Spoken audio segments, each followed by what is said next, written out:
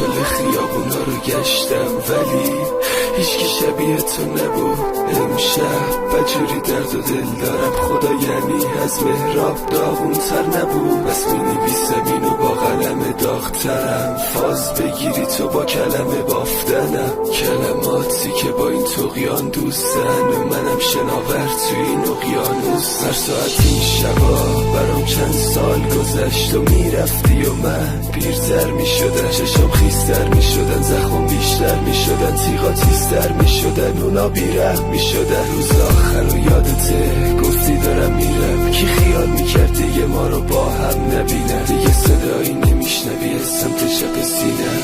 اگه مشکلت منم به خدا میرم میشکنم بعد تو، هرچی دلم میسوزونم، هرچی که دارم، هرچی از تو خاطره. بعد تو کجا برم وقتی میدونم رفتی، مهراب باقی رقص بود اگر نبود نمیرفتی.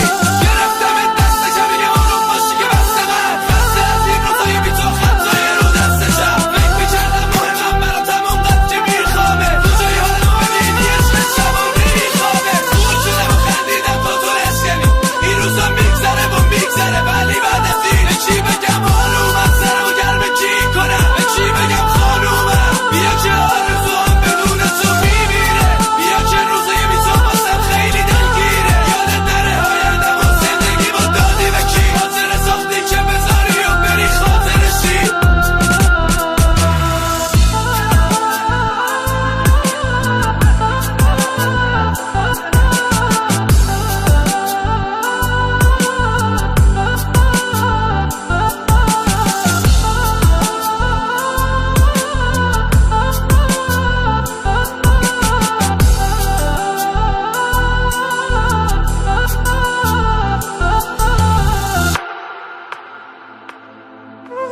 فکر میکردم واسد مهمم همونقدر که خودم میخوامت.